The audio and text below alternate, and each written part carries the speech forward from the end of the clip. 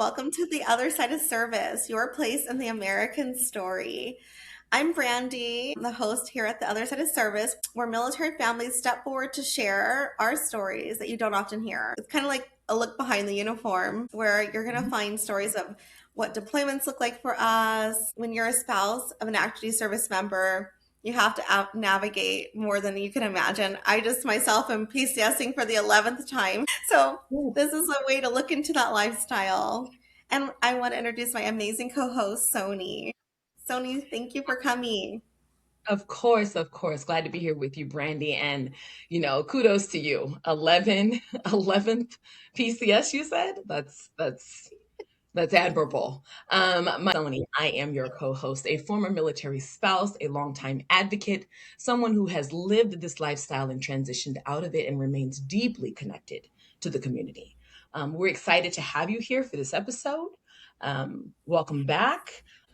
For today's episode, we're going to be confronting some painful but essential topics. For example, the erasure of Black and people of color's military service, and what that erasure tells us about the state and the future of our democracy. Thank you so much, Sony.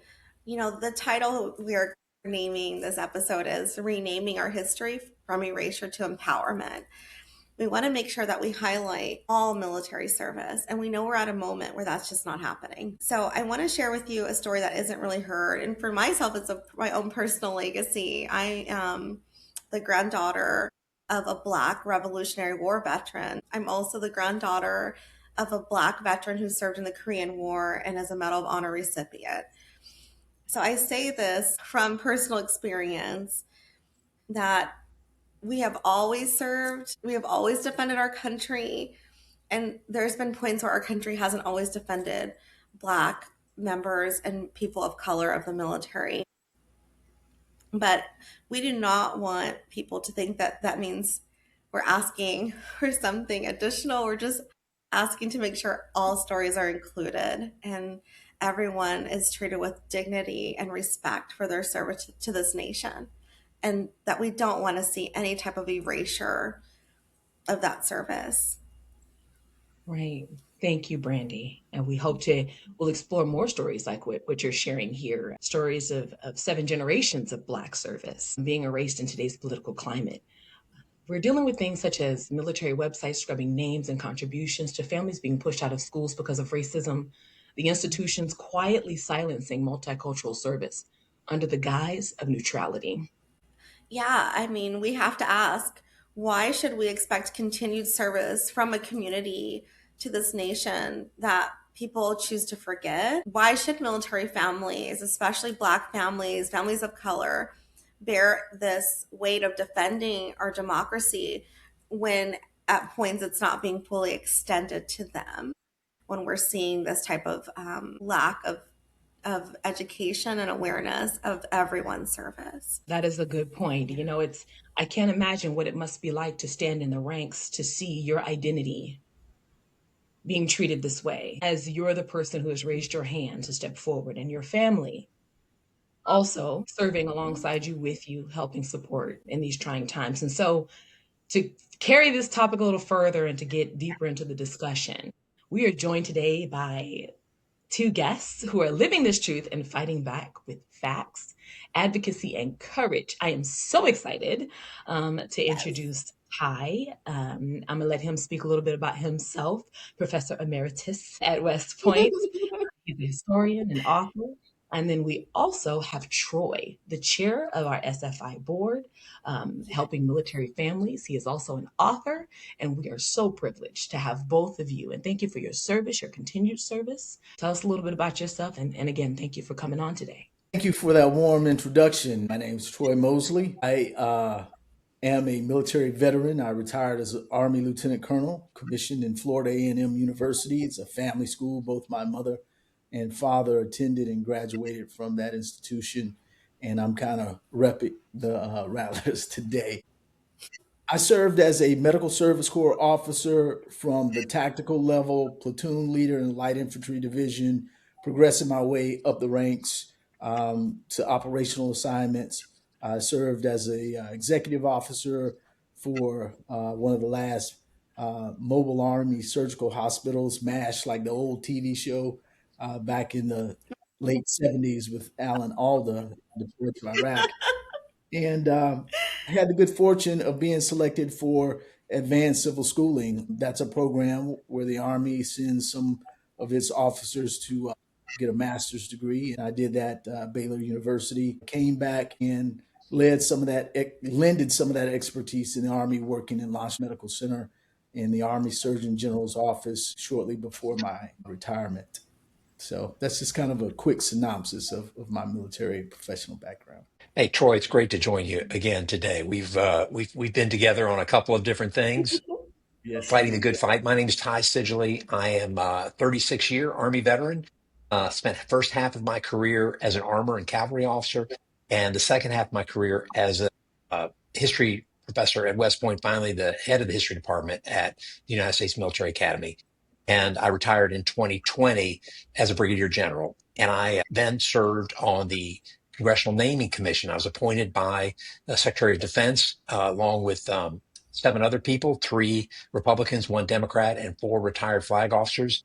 And our mission on the naming commission was to remove, rename, or redesignate anything in the Department of Defense that commemorated the Confederates. And that was my privilege to do. I'm author of a book, Robert E. Lee and Me, A Southerner's Reckoning with the Myth of the Lost Cause, which talked about the problem of Confederate commemoration, which we could talk a little bit more about later if you want to.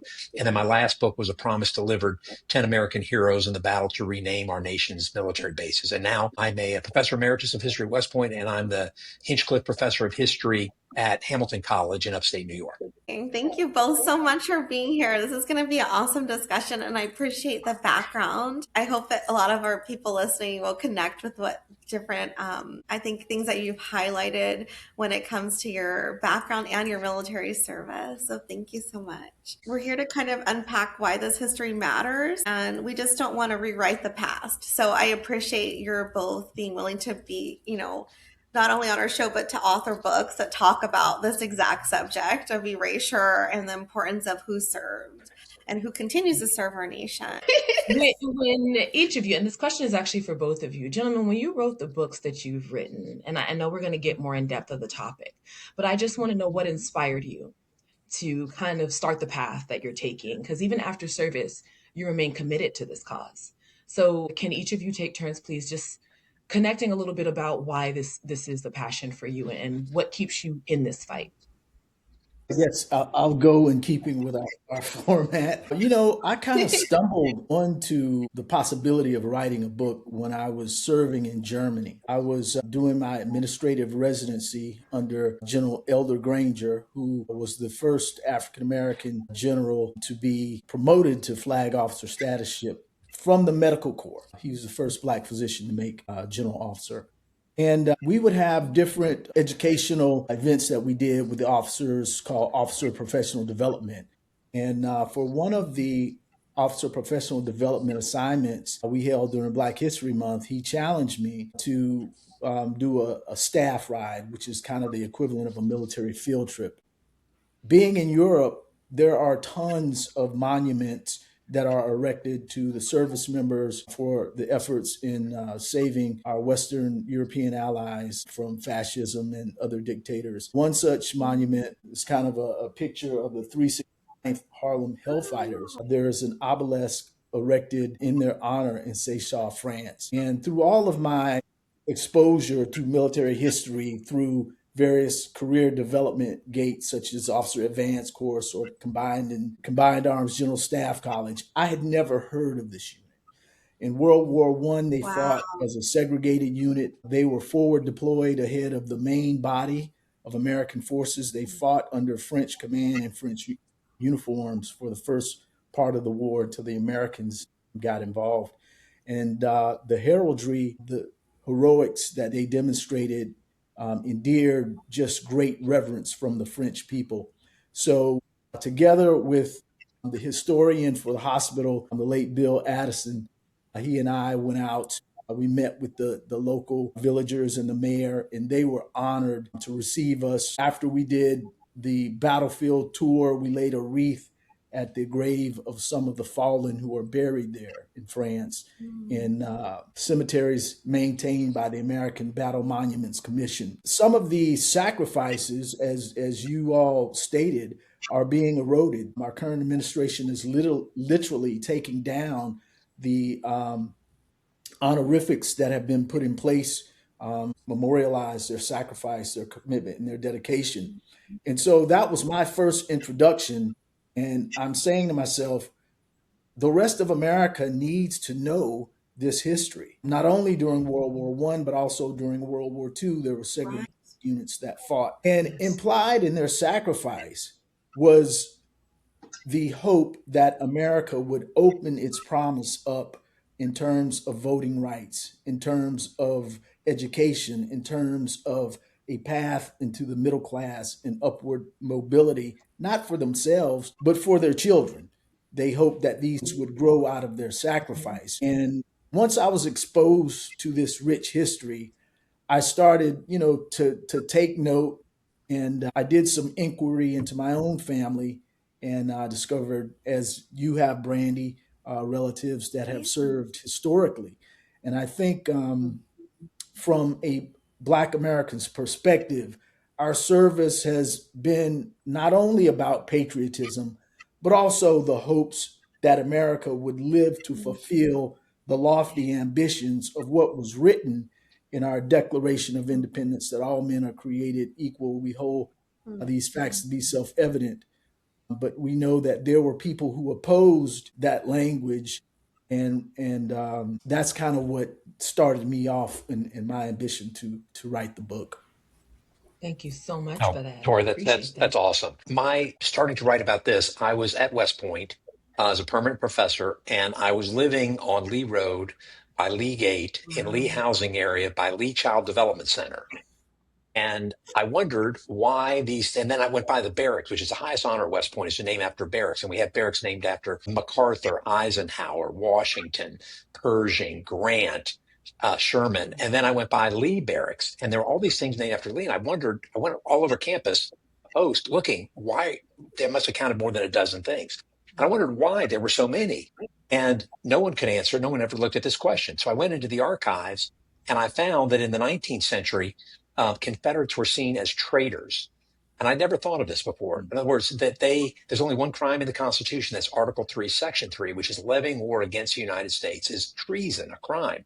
And I never thought about this, but 19th century West Point graduates, Army officers saw Confederates as traitors. I went, wow, I never thought about that. They killed U.S. Army soldiers to create a slave republic.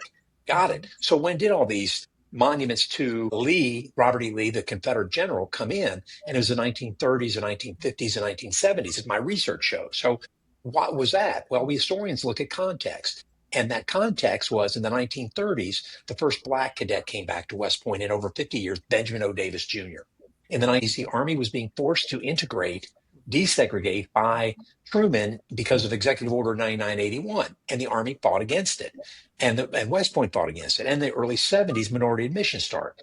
And that led me to say, oh my gosh, these monuments to Lee are monuments to racism, are they monuments to white supremacy? And that really ticked me off. And that led me to start writing about the Black experience. I'm a white dude from the South, but I started writing about the Black experience at West Point because no one had Amazing. ever done it before. Right. And I was the only person that ever done it. In fact, I'm still one of the only people that has ever written about the Black experience in the 20th century. And that changed me. It changed the way I view the world. And I was trying to tell people about this, about why Confederates should not be commemorated. And I failed. And that West Point was going to put more Confederate commemoration up. And I went back to talk to my wife about this. And she said, Ty, if you're ever going to convince anybody, you got to fess up about your own story. I went, oh man, I don't want to do that. That's what other people, historians write about other people. Because it turns out I grew up believing these myths that the Confederates were honorable people in Northern Virginia and Alexandria, in segregated schools I went to. I was born into a racial police state in Virginia in the 1960s, before the Voting Rights Act. So, but if I was going to convince anybody the Confederates weren't worthy of commemoration, that they were traitors for slavery, I had to fess up about my own background. So I retired from the Army so that I could write a book about my own experience and then do the history of Confederate commemoration in the places I live, but particularly in the Army in West Point. And so that was the book that I did that came out in 2021. Yeah, y'all are my heroes. Oh, I'm I know. I feel listen. I like this love is it. Thank you. Somebody amazing. has to do it. Somebody has to do the work. So thank you. Thank you both. Right? The message can only go as far as the people who are brave enough to carry it farther. So thank you for that. I just think when you know, like that was your intention from both of your like points of view of writing your books. What do you think now? Like seeing we did have this moment where we changed the names, and it was like, okay, things are going to be different, and then now the names of the installations are changed back. Like, how do you think that impacts the morale of the people currently serving and those people who were honored and their families now that that's been reversed? Well, as with much of our history, we have had an arc towards fulfilling the words of our Declaration of Independence. But at every turn, there's been pushback. Following the Civil War, there was Reconstruction.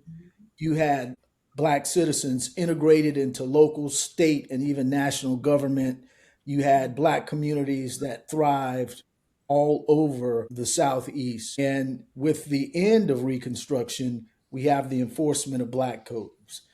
You have a sharp retraction of that progress of building schools, of building thriving economic communities.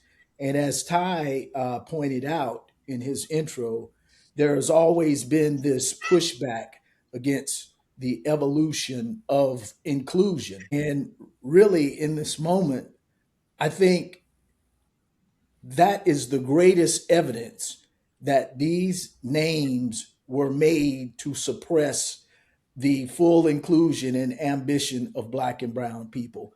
Otherwise, they wouldn't go back and change them, right? First, we heard it was not hate, it was heritage. But Yes, the we did hear legislation that. that was passed in the NDAA was a bipartisan measure. It was the only piece of legislation that overcame a Trump veto during his first presidency. So there was broad support for these names. And in fact, Ty can articulate much better than I did because he said on the committee they couldn't actually rename them for the actual Confederates. They had to find other people with the same surnames to pull off this childish and just despicable act of going backwards in history. Preach, Troy. Yeah. Preach. Love it. So he's got that absolutely right. He's got the history right. He's got the current events right.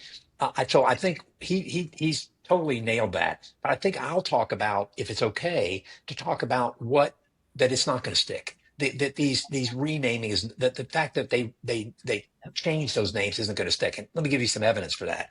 So in the last National Defense Authorization Act, and that's the act that funds the Department of Defense, it's nearly a T with $1 trillion budget. And that's the one that created the naming commission that I served on, that Troy really worked to get on the books. And we created these names. And that was the will of the American people through its elected representatives. And that's important to say. Congress, it wasn't the naming commission that did this. Congress created it because they knew it was the right thing to do, because Confederates chose treason to create a slave republic, and they killed U.S. Army soldiers and tried to destroy this country that we love. So what's going on right now is there's a House and Senate Armed Services Committee. That's called the HASC and the SASC. And they're the ones that put the defense budget together and then pass it. And this last time, the one that just passed that we're in right now, this is the 2026 budget cycle, the House passed with Republicans to turn the names back to the ones that the Naming Commission chose, the ones that the Secretary of Defense Haig overrode. And then the Senate passed a bill to say, their bill said to just put the Virginia names. There were 3 bases in Virginia that were changed. But when it went to conference, Secretary Haig said that Trump will veto it if you change it. So they took it out. So already Congress is working on it. And I've talked to people on the HASC and SASC, and they're already going to put this back in the bill again. Will it get through this time? No idea. We historians have a perfect track record of predicting the future. We're always wrong. So I have no idea whether it's coming. But I do think the idea that who we picked with input from the local communities reflected the way the Army looks today. Remember that commemoration isn't history. Commemoration is about what inspires us. It's about our values. And if you look at the people that we chose, they reflect the diversity and the experience of the Army today, not just race, yes, but also the fact that women were chosen, also the fact that family members were chosen, also the difference in the mission, where we chose logisticians and aviators and armor people that fought in tanks. So it was the spread of the way the Army looks today, not just these traders for slavery. And we should remember that those 9 bases were named at a time, the ones after Confederates, in World War I and World War II, when the Army was a segregated Jim Crow force and the nation was segregated. Remember, again, I say that it was a racial police state. This was the time where 5,000 black men, women, and children were lynched grotesquely when the state constitutions in the South prohibited equal rights, prohibited voting, when Confederate monuments went up to celebrate white supremacy. So we are not at that stage in America. So who we reflect, particularly in the Army, should reflect the values of our nation today, not those from 1917. Thank you Yeah. both so much for Yes, well sharing that. stated. And I love the background on the committee. And like, I know a lot of times during our advocacy work, like Sony and myself, we always like reflect on the fact that our military, as our families, were people of color, like 50%. And we reflect back on that everyone of different backgrounds, ethnicities have always served in our military. And people don't really know that part of the story. And I think when we're talking about like this issue, why would each of you say that this is an important key that we do understand and appreciate all service from every background, and that we highlight, like, and you mentioned Ty, like, commemorate that. This is important because at the heart of citizenship is an implied responsibility that we will defend our nation, our borders, our fellow citizens with our lives if necessary. That is part of the glue that holds us together as a society. And what amplifies that implied commitment is the way that we treat and honor our service members and our veterans.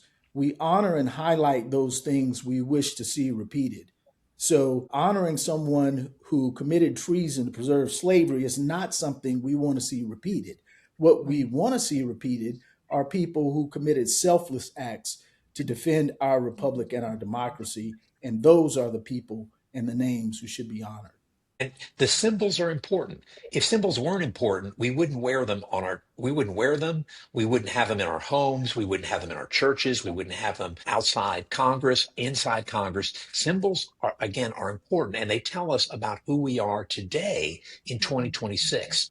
And so I think they're really important to show the values of the Army. And remember, the Army is the most diverse workplace in the country, maybe even the world. And it's because that it's even our motto as a country, e pluribus unum, out of many one. And what is that one? It's the Declaration of Independence. It's the Constitution. It's striving toward a more perfect union, and that more perfect union is encapsulated by the people we choose to honor. And just to give you an example of this, at West Point there used to be Fort Arnold, named after Benedict Arnold. Well, Benedict Arnold chose treason, gave away the plans to West Point to the United Kingdom. And when that happened, we changed the name to Fort Clinton. And we change the names of things all the time. We can do this, particularly when they no longer reflect the values. And remember, we got to remember that Confederates chose wanted to destroy the United States of America. They killed U.S. Army soldiers to create a moral, repugnant institution, a slave republic. Often we forget, we don't talk about slavery. We don't talk about the evil of that institution. And when you don't talk about the evil of that institution, when you forget that the Civil War was fought because of this issue, and that those wearing blue during the Civil War, the same uniform that Troy and I wore, that they ended slavery and saved the United States of America. And when we remember that, then we also remember that the people that we can choose to commemorate are those that reflect our values today. And I know that we're going to get back to that because there are still people fighting. Martin Luther King Jr. said the arc of the moral universe bends toward justice. But I think he also meant that it has to be people bending that arc. The universe doesn't care. They don't care. There has to be people like Troy and you two who are trying to bend that arc, because otherwise it won't bend toward justice. It'll bend toward injustice. Goodness. Both all the things that you both have said, it's really, really connecting and resonating with me. And I have to tell you, I'm born and raised in Virginia.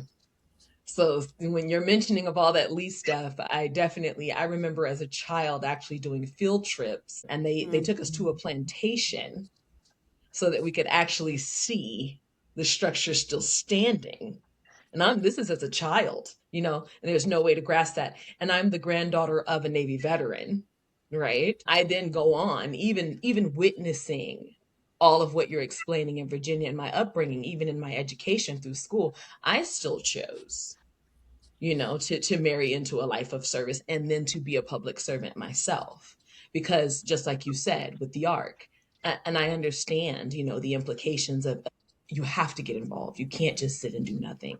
So the next question I have for you all, what message would you convey to those serving right now, persons of color and their families, regarding what's happening? What words can you offer them in this moment Mm.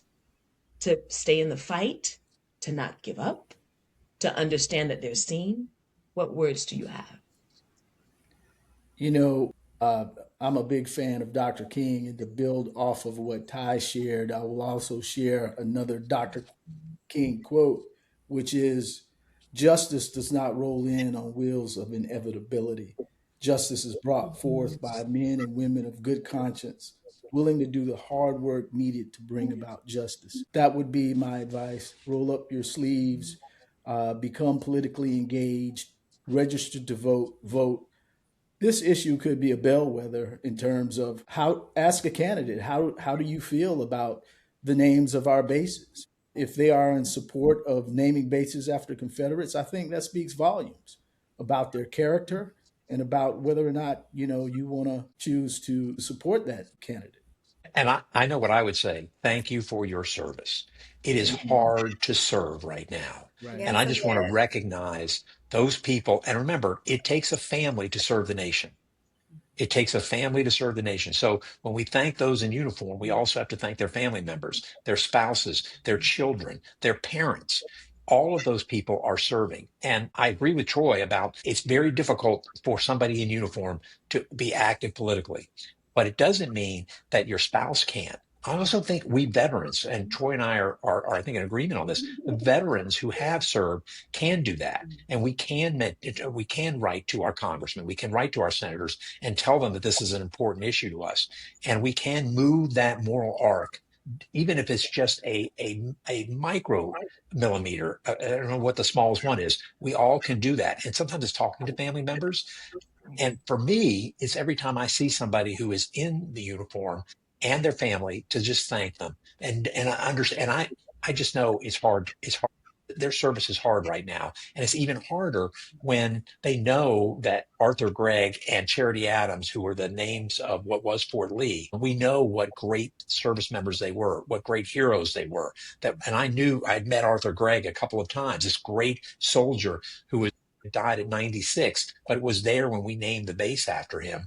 And to think that has gone away. The Moore family, who I know well, that we had named Fort Benning after. These things, it's very, very difficult. But I also say, whatever, if you're thinking, thank you for your service and have hope, because there are lots of people back here that aren't in uniform anymore or have never been in uniform that support you in what you're doing. Thank you. Wonderful.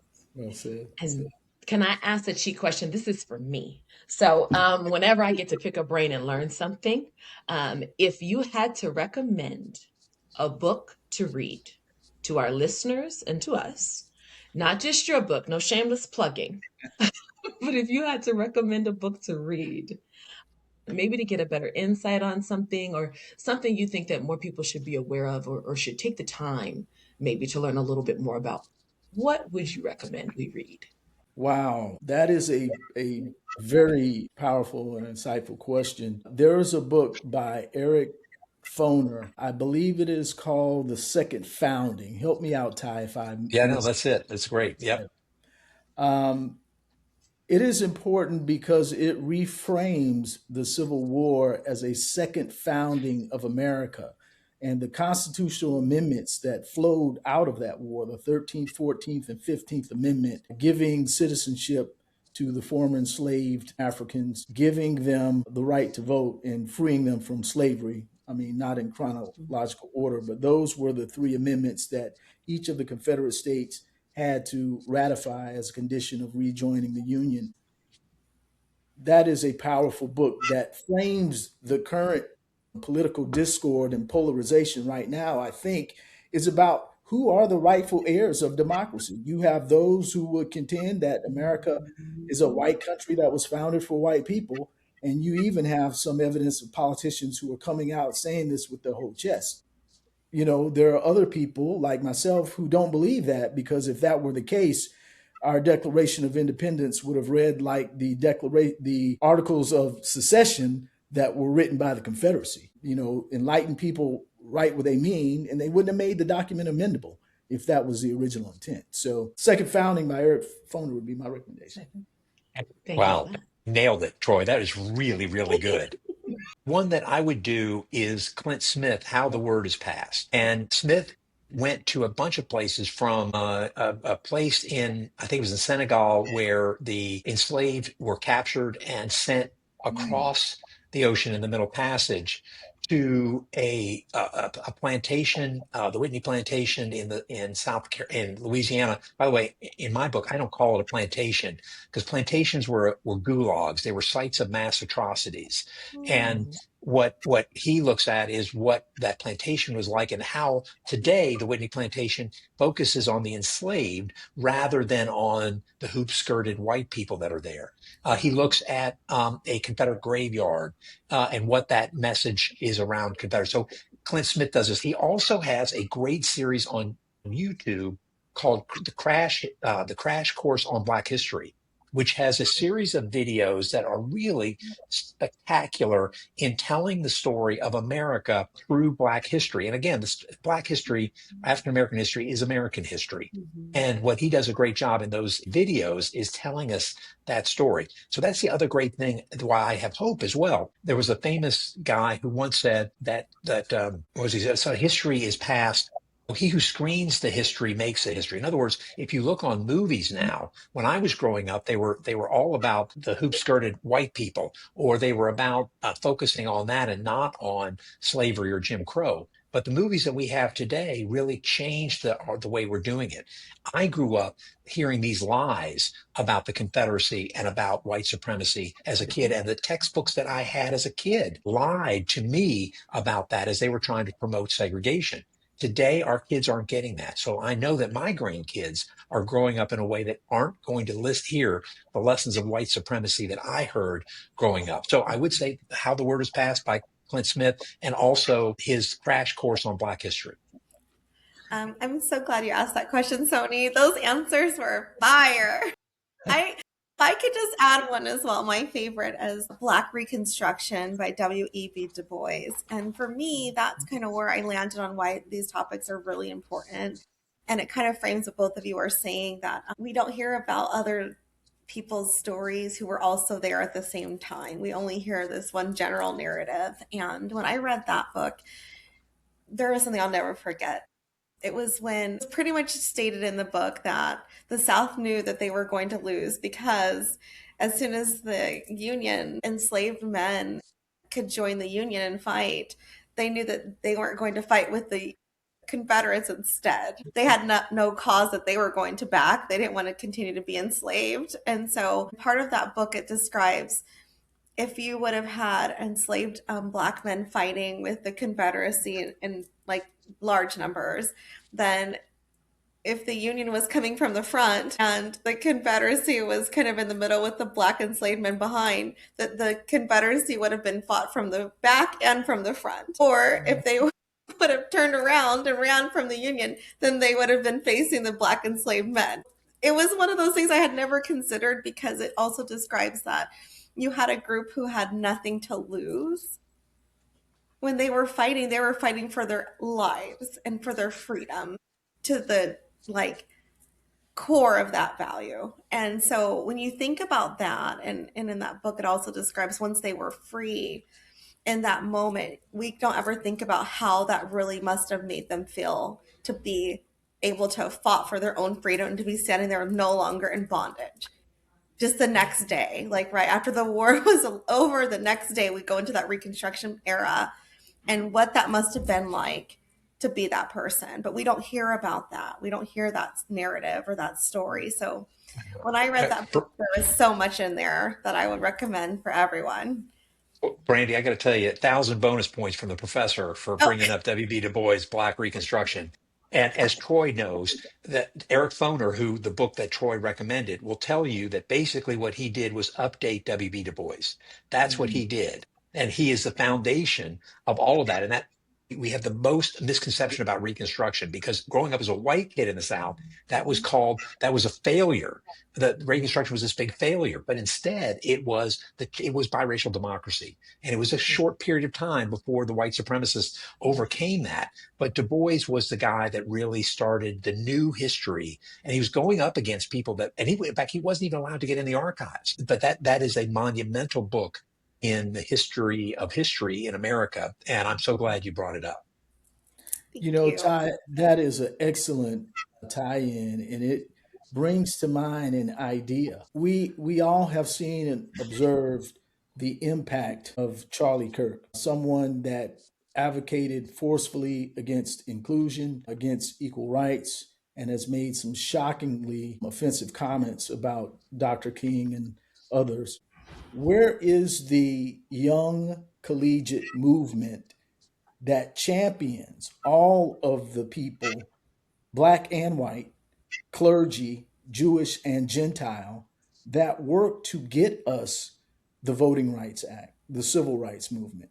I'm sure there's some groups out there, but I think this is a wonderful opportunity to bring young people together the way they came together during the freedom rides of the 1960s to amplify that we want inclusion. We are all better when we are seen, recognized, and appreciated. So just And the evidence is there from psychologists, sociologists to say that diverse work groups are better. I mean, full stop. The other one to think about this is with women, because I came in an army that was as an armor officer 100% male, and what we have done since then to bring women into all parts of the military has been nothing but great. Because remember, wherever we go and fight, it's 51% women there. And if you go with nothing but men, that just doesn't work. So I think that the idea of that an inclusive and diverse workforce in the military is more effective. And what kills me about what people are saying now, particularly the Secretary of Defense, is saying is that somehow that is not true, that e pluribus unum doesn't work.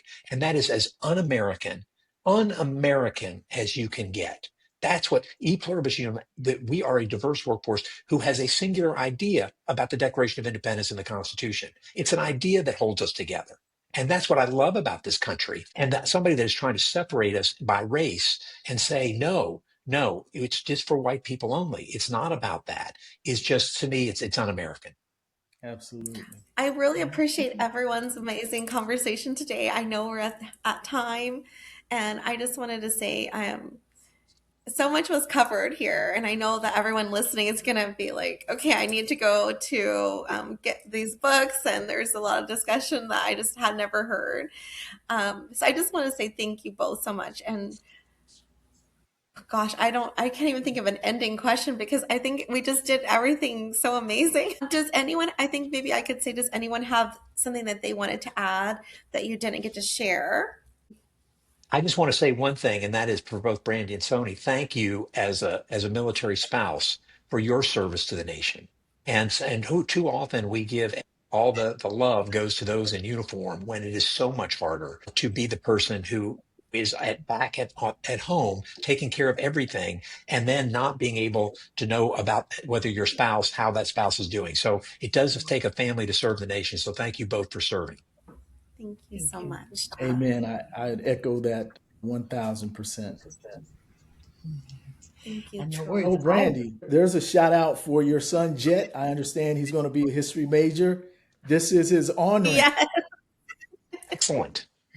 yes, he is. He's a history major, and he's almost done with year one, and he's loving it. We have the best conversations. It feels like it's just such a blessing. It really is. Thank you, Troy, for that shout out. Well, remember that all majors are great, but history is just a little greater. Well, thank you again for joining us on this episode of The Other Side of Service, your place in the American story. Have a great Thank you weekend, for allowing me to everyone. Thanks Thank you. participate. again. Have a great day. Thank you.